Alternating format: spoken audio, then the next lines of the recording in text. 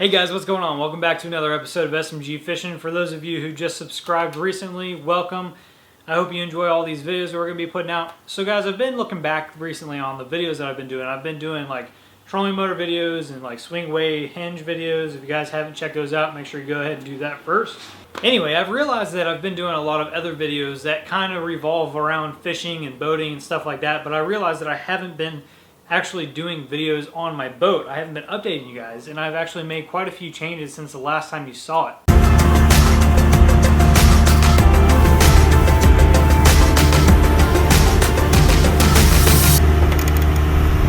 So this is a 1648 Bass Tracker built in 1979. So if you've been watching, I completely stripped this thing out.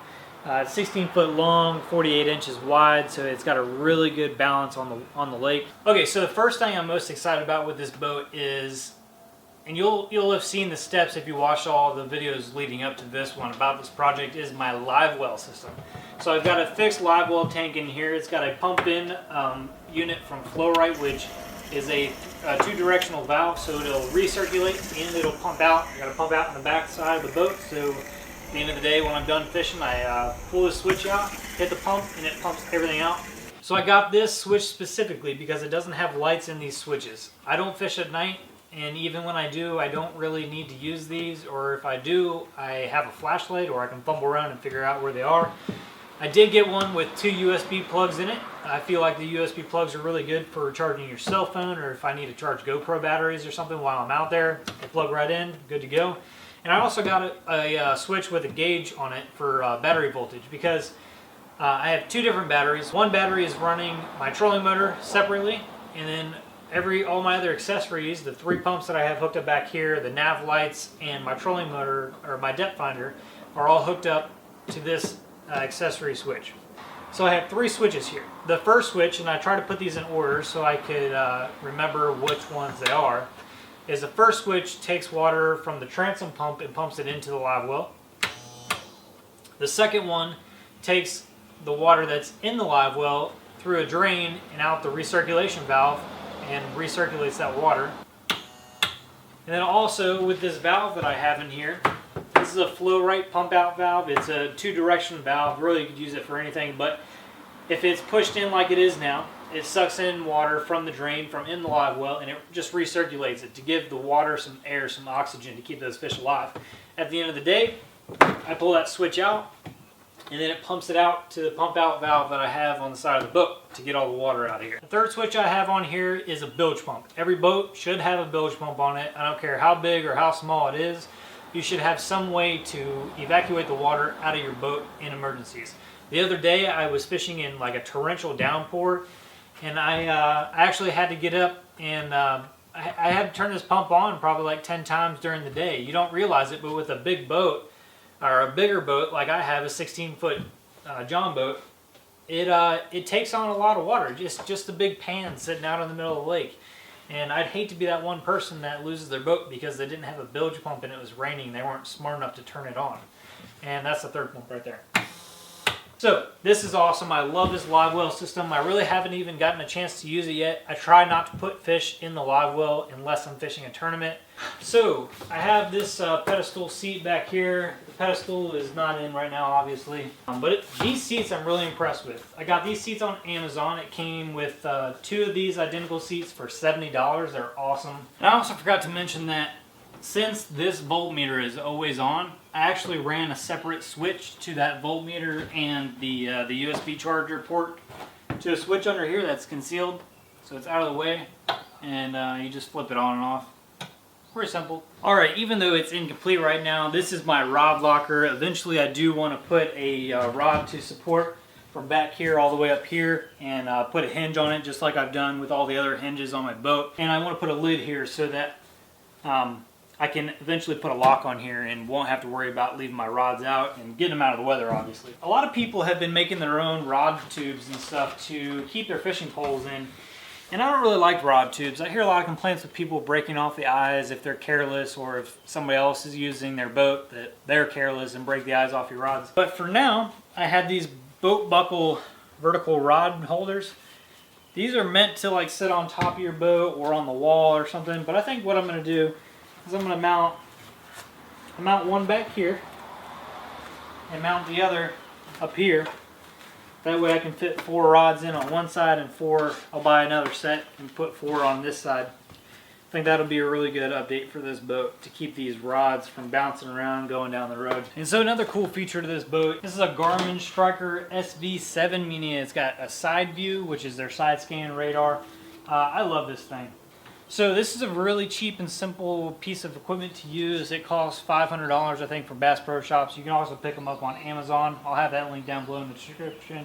Okay, so I'll show you a few things that this unit has to offer. So my favorite thing is this side view. It's actually pretty good for when it came out.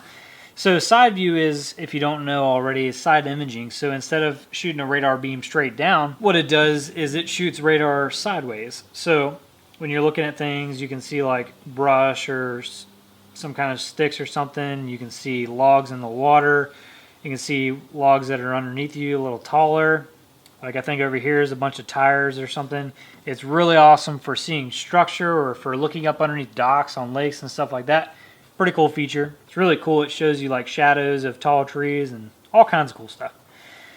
But the feature that I use mostly is this traditional and down view together. If you know how to read a traditional radar, you'll figure out how to read it better with this side scan or the down scan sonar.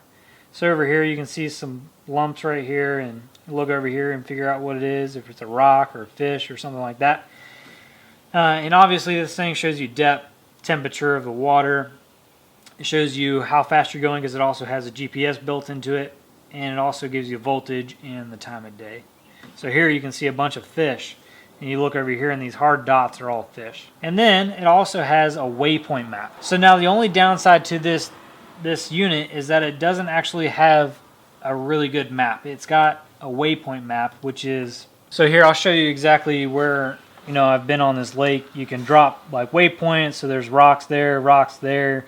You can, it basically just tracks your path. So it's not going to show you like water level, the depth and structure underneath it on a real-time map. But you are able to go in there and drop waypoints, and it marks your tracks and everything like that. So it's pretty cool. Worth the $500 that you pay for the side scan. And so of course we have this fish finder on here. Right now I've got a little bit underpowered of a trolling motor. It's a Minn Kota Edge 45. And you know, it actually does pretty good for this boat. I would like to have a little bit bigger one, maybe like a 70 or 80. But for now, it works really good.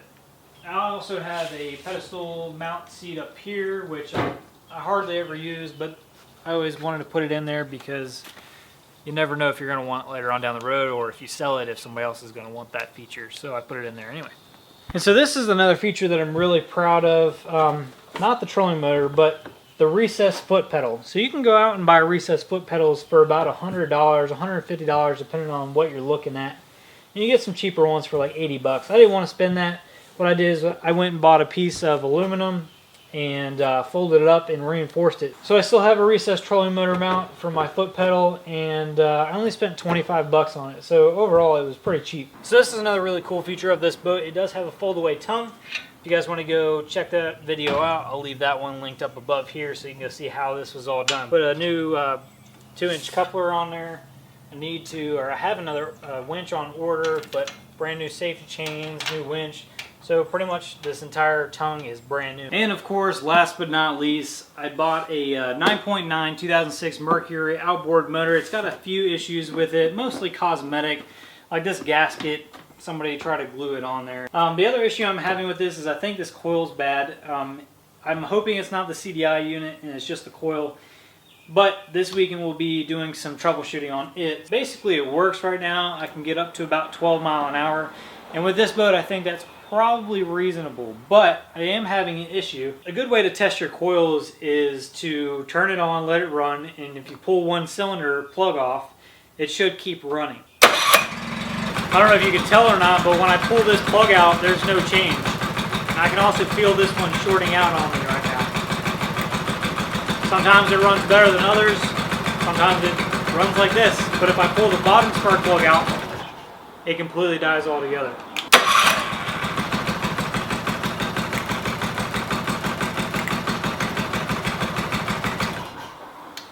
So I'm like 85-90% sure that this coil needs to be replaced, which is kind of a bummer because it's like $75, $80 repair. But I still got a hell of a deal on this motor, and $75, $80 to get this thing running perfectly is not a bad deal. Also have a gas tank down here, and then there's a few odds and ends. So by no means is this boat actually finished. I have a lot of work to do. I want to put a floor in here. I need to button up this piece so you can't actually see into my rod locker or into my tackle storage. You can't see into my rod locker. You need to put a top on this. I'm thinking about maybe one day, no time soon, maybe a couple years down the road, painting it, because I really just hate this bare metal look. And it really just needs to be cleaned off really good. It's got a lot of calcium and surface crack built up on it. If you can see the trailer, you know that it looks all rusted out, and I've already sanded down the trailer tongue and painted that all over. But I mean, the bunks need to be repaired on this. All the wood is rotted out underneath, and it's not good for the boat. The entire trailer needs to be sanded down and repainted. The trailer hubs actually probably need to be repacked and maybe even replaced, but it's a work in progress. I've got it to the point where I want to fish out of it now. Fishing season is definitely on, and I would much rather spend my days off, the very few that I have, on this boat fishing on a lake. And I'll pick it back up in the winter when I have some downtime and when I feel like messing around with this thing. So if you've seen all the videos leading up to this video, you'll know that I've spent a lot of time in this boat, and there's a lot of man hours that went into it.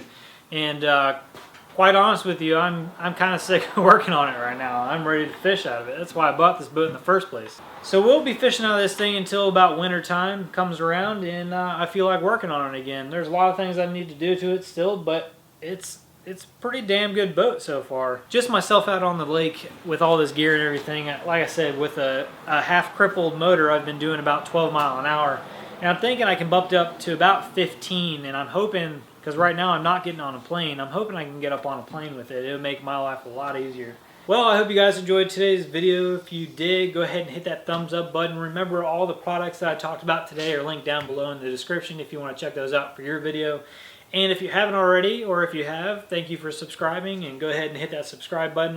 I'm going to try to push out a video every week and try to keep on top of it for you guys. So let me know down below in the comments what kind of videos you might want to see, whether if it's buying an outboard motor or doing the trailer on this, maybe switching out the bunks on it, whatever you guys think. Go ahead and drop a comment down there below in the comments section. Thank you guys very much for watching this video. I'll see you next time.